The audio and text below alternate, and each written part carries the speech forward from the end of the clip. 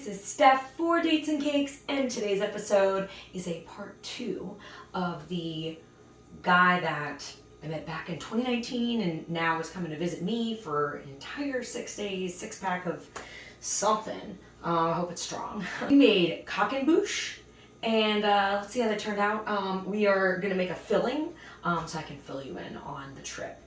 So he arrived I live like by DC, and so he arrived and I picked him up and had a sign that was like real cute and punny because it's me. He was like not even, I have a video of his reaction. I was like, okay, some people, okay. These did not turn out. We can't fill anything with this. They're supposed to be like cream puffs. There's no reason to waste any other energy on this because after the story, all of yours will be depleted too. We got a whole lot more to the story. It's like, oh, so I'm gonna dispose of these and guess we're gonna make something Louisiana French. You know, we really appreciate the purchase and everything. So our second encounter, we got along like physically, like I don't mean like that, but like just hugs and like just being around each other was awesome. Until he criticized my poetry. He laughed that I wrote poetry. And I was like, bitch, I've been published. I actually like could have gone somewhere with it if I didn't date the publisher and then dump him. So yeah, but that's a Dates and Cakes that I still haven't done. A little free too. Some people would call a guy that calls his ex-wife fucking bitch the Tin Man. Because he has no heart.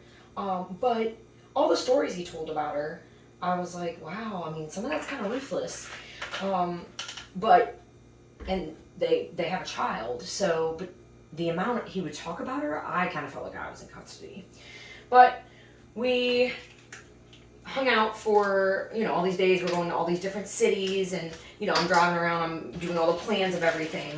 And we go to DC. And the day before DC, he had gotten a text from his mom that said he was, that it was important and she needed to call him. And he was like, and then he put his phone away. And I was like, I can like step away, this, that, and the other. And he was like, no, it's so late there, I'll call her later. He would not call his mom. And so, and he was like, she does that all the time. And he's like, I turned off my location on both my phones, and so I think she's just freaking out. And I was like, what? I was like, clearance cell, everything must go. What's going on? Why do you give people your location? Like, no one even has my location. I travel to some cool places. And he has like multiple friends, his mom, different people that have his location, and turned it off. And was not responding to phone calls, which he looked at me like I'm looking for approval for that. Like, aren't you proud of me? Like, oh, look, I'm doing it for you. Bitch, it would be rude if you didn't put your phone away. I mean, I wasn't on mine, except to post my puns, obviously. So he calls her the next day when we go to DC, just because I pretty much made him. I was like, look, I have to go to the bathroom. We're gonna hop in this museum real quick. And yeah, that'll be a perfect time. Like, I'll give you your space, whatever. And he, cut into the chase, he comes back and looks completely distraught. And I'm like, oh my gosh, is your mom okay? Look what happened. And she's in his own country. And he goes, my friend reported me missing to the Baltimore police because I turned my location off. Yeah, when you met a new person that you barely know. Remember, this is new. And did you call the friend? He's like, no, I'm so mad at them. He kept saying them. And I was like, who is this friend? And he just wouldn't make eye contact. And I was like, is it like, how do you know him? I even tried a gender and nothing. Also, one of the things that I do when I'm getting to know someone is I always ask like the hard questions. And one of the hard questions is, what are you most afraid of? He said being alone. And at one point he even said, I can't. That's his favorite thing to say. I can't be alone. I can't. And I was like, what do you mean? I love being alone. It's kind of my fate, but it's fine. Dates and cakes. We wouldn't have a dates and cakes. Come on. So we go through DC, and we've missed all the museums because he slept the whole day. He slept the whole trip, really. And I was trying to be accommodating, but the amount of energy you see on the screen is nothing compared to the way I am in real life. So, Frenchie. I'm like a little puppy dog, like, gotta go all the time. So, not like that.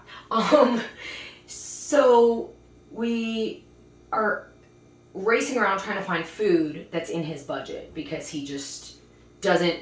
We went to a Christmas market and he spent too much on the cheese because it was by weight and this, that, and the other. And like I would have been like, sir, I can't afford both those pieces of cheese. But he was just like, oh, I'm an introvert. I can't say anything. We're waiting for our oil to heat up, and then we are gonna fry these patties.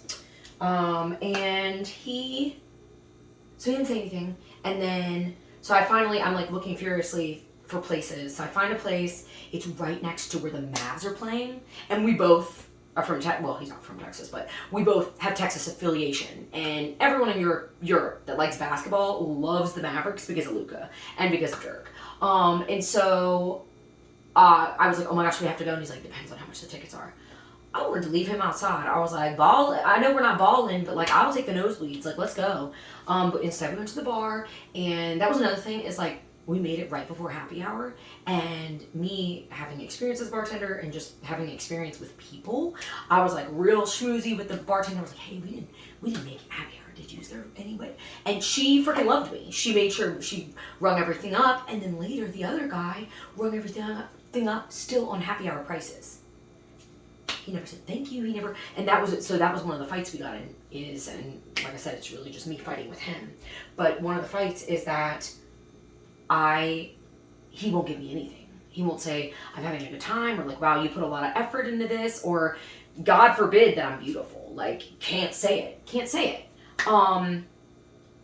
And I guess at this point, he's pursuing me. I don't really know. I didn't really want to ask. I guess he's got a bad experience with suing. You know it's not too soon to put our dough in, so. Turn this down a little bit. So I am being my goofy self. When I come back from the bathroom, I'm like, hey, come here often. I do that to friends, like when I come back to the office at work. And he freaked out and was like, I can't. And I was like, what? And I was like, if a girl comes up to you, like, she's obviously into you, so like, I'm so introverted I can't. And I was like, how did you do it with your ex-wife? And he was like, well, she's gorgeous. I'm sorry, this is coming from someone that can't even say that, like, thank you to me, and now you're gonna call fucking bitch gorgeous to me? I felt like that was the biggest slap in the face. I couldn't see straight. So thank God the game was on, because I was able to, like, quickly get into that. And I have to say, excuse my French, because I was about to say some French that wasn't even French, because obviously I can't really say Croque-embouche, so, and making it. So then I'm like, okay, what are we doing tomorrow? Because we were going to meet up with one of my friends in Baltimore, and I was like, but we don't have to meet in Baltimore. We can go, and there's all kinds of cities. Annapolis is the capital of Maryland. We can go to Virginia, like all these things. And he was like, I kind of wanted to chill tomorrow. And that was when I decided to lose it. I was like, you've chilled the whole time. The whole time. We have to go. We're leaving. We have to go. And so that's when I lost it. And then I was like, wait, hold up, skirt.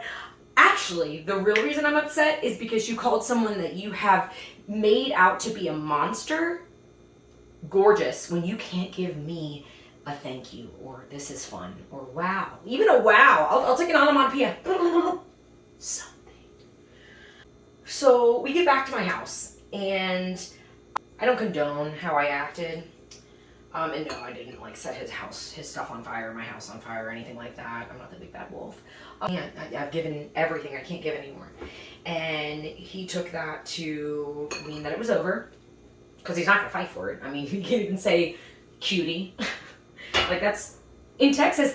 That's a gas station. Like, what? So the next day, I leave and go to my friend's house in Baltimore. I leave a note, and I said, hey, needed to go to my friend's house, much needed. Hope you enjoy relaxing. I'm not going to be back to take you to the airport. So make sure you lock my door when you leave today. Didn't call me, texted me. And of all days, he woke up at 11 a.m. At all days. I wasn't even gone 20 minutes yet. All days. All the other days, he woke up at 3. And said, well, this isn't my city. They're not going to fix my flight. That's not my fucking problem. Bad, get out of my house. So I was like, look, just, but I have to be delicate because he's in my house. He can't be burning shit down. And so then I was like, look, there's a ton of hotels right by the airport. Just take an Uber to the airport and then you can zip out of there the next day. And he was like, oh, okay. And then calls me because he can't find his glasses. So you only call me if you need something. You're not going to call me to fight for me or whatever. Then I get back to my house and he left me a note that said, I can't express thank you on a thank you note. And I was like, I mean, you don't blame the thank you. You don't blame the sticky note. Like, I mean, you can't really express it at all. And I will leave you a long message this week. And I was like, what? So I burned it. Real dough, like, so I guess we, since this is a biscuit, we really are letting the good times roll.